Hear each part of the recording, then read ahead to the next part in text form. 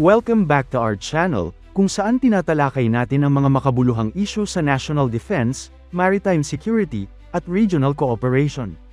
Habang tumitindi ang hamon sa ating karagatan, lalo na sa West Philippine Sea, hindi na luho kundi isang kritikal na pangangailangan ang modernong kagamitan para sa Philippine Navy. Isa sa mga pinag-uusapang hakbang ngayon ay ang pagpili ng bagong missile boat, isang desisyong may epekto hindi lang sa kakayahang pangdepensa, kundi pati na rin sa long-term na direksyon ng ating defense partnerships. Kahit may kasalukuyang offer mula sa France bilang alternatibo sa Israeli Shaldig Mark V, marami ang nagtatanong, sapat pa ba ang tiwala sa Israel bilang defense partner, lalo na kung may mga delay sa delivery at tila tahimik ito sa issue ng West Philippine Sea.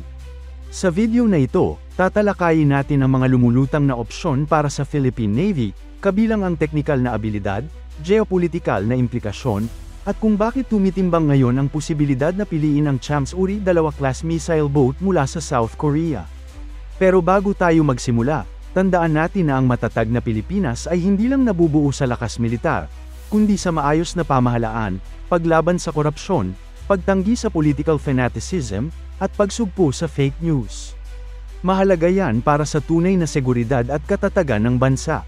Ang Shaldig Mark V ng Israel ang basehan ng Acero-class Fast Attack Interdiction Crafts, FAIC, ng Philippine Navy.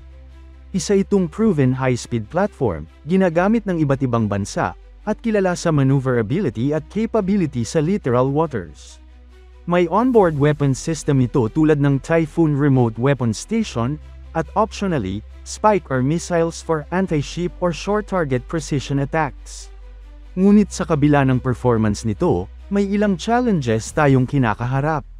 May pagka-delay sa delivery ng ilan sa mga ordered na units. Bukod pa dito, pinuna ng ilang analysts ang neutral stance ng Israel sa usapin ng West Philippine Sea, isang isyong napakahalaga para sa ating maritime security. Dito napapasok ang France na nag-offer ng alternative platforms. While hindi pa disclosed ang exact model, posible itong variant ng combatant FS-56 or interception vessels na ginagamit na rin sa iba't ibang naval forces.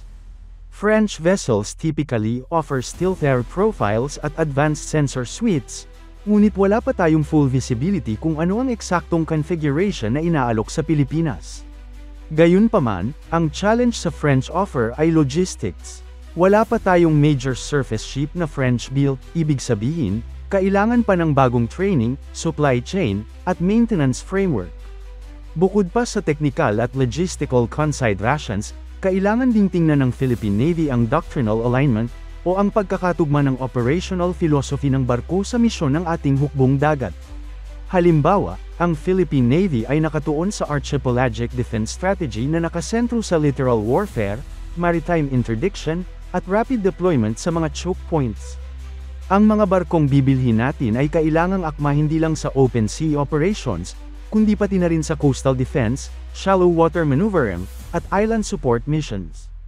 Kaya't malaki ang tanong, gaano ka-eksakto ang fit ng French design philosophy sa ganitong klase ng operational environment?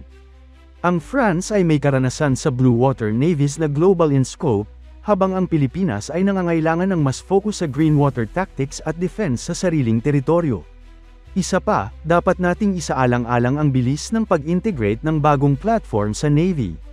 Kapag masyadong unique o unfamiliar ang system ng isang bansa, halimbawa, French electronic suite o weapon interface, mas matagal ang training at mas mataas ang gastos sa integration. Ito rin ang dahilan kung bakit may mga panawagan na humanap tayo ng defense partners na hindi lang nag-o-offer ng barko, kundi kaya ring mag-adjust sa ating mga specific operational realities. Ngayon, isang standout contender, ang South Korea, na maaaring mag-alok ng kanilang Champs-Uri 2 class o PKXB. Ito ay isang fast patrol vessel na optimized for coastal operations, swarm tactics, at littoral defense, pareho sa operational environment ng Philippine Navy. Specs ng PKXB. Length, alternation 44 meters. Speed, up to 40 knots. Armament, 76mm main gun. 2 RCWS, remote-controlled weapon systems. 130mm guided rocket launcher, highly effective sa shore or surface targets. advanced sensor suite, night-capable surveillance, at C4I systems. Isa sa mga biggest advantages ng PKXB, compatibility. Bakit? Kasalukuyan nang gumagamit ang PH Navy ng South Korean platforms tulad ng Jose Rizal-class frigates.